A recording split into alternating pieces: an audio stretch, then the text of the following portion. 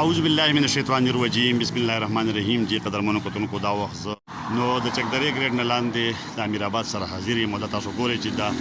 نیشنل های وی اتارټي چې کوم دی نیچه او ذمہ دار دی نو هغې ډېره مدفس د دې روډ د خپل چې کوم دی نو د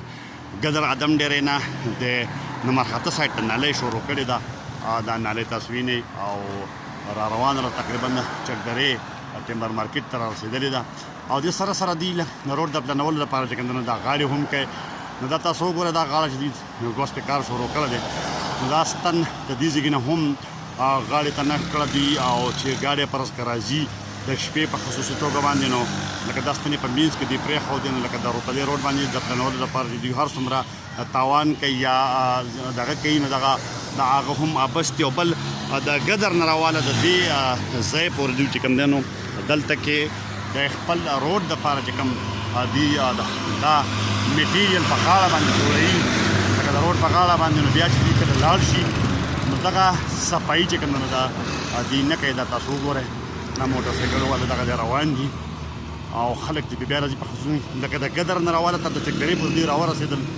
او دوی دا سیمټ جوړوي خو شاته چې کوم دی دوی په ځان پسې صفایي نه کوي او دغه څیز دا چې کوم دی نو دا د شپې په لکه سپیشلي د خلکو دپاره چې کوم دی نو ډېر د اکسیډنټ او خصوصي توګه د موټر سایکل لپاره چې کوم دی د اکسیډنټ باعث جوړېدی شي. دا د یوه بله ستن چې په منځ کې چې کوم دی نو راغلې ده او دا ستن یاسم ډېرې زیاتې خطرناکې دي په بره باندې دا تقریبا لاندې رالوېدو والې دي او دا خو پکار دا وه چې کله دوی نالولې محکمو وابډانو نو NHA او ذمه دارو له پکار چې د خپلو ستنو د وخت نه چې کوم دی لکه دوی ته ویلی وی چې باید ستنې هم غاړې د نالې کې دا اوس ګوره څومره روډ چې کوم دی دلته پلن شوی دی او دوی دا د لګیا دی پښې هم پوښتنې په منځ کې راغلي دي دا هم دوه ستنې چې کوم دی نو دا دلته کې راغلي دي او دې نه علاوه چې کوم خامي د هغه په دې روډ کې نو هغه دا دی چې کوم دوی دا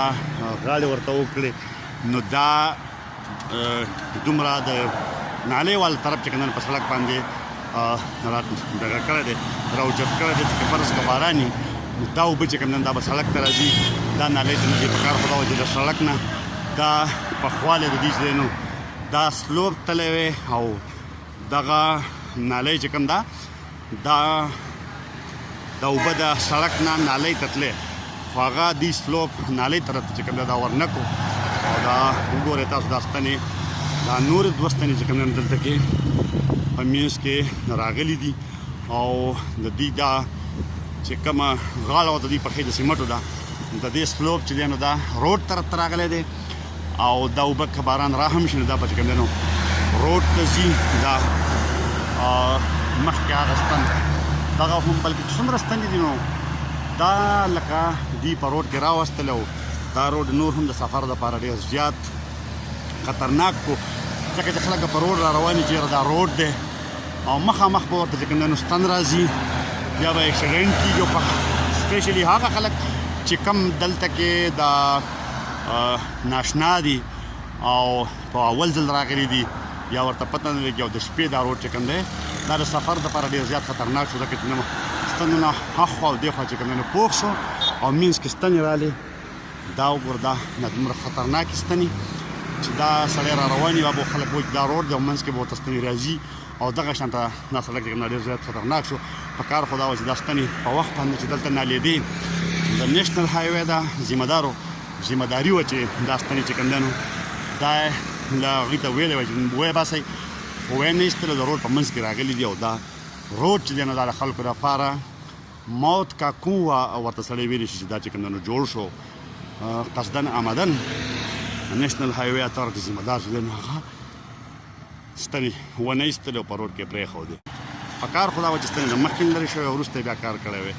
خو د نیشنل های وی ذمه داران کیدای شي چې ستنې لرې کول چې کوم دی هغه لازمي نه ګڼل او دا روډ د خلکو د تګ دپاره یو ډېر خطرناک روډ چې کوم دی نو دا جوړ کړو.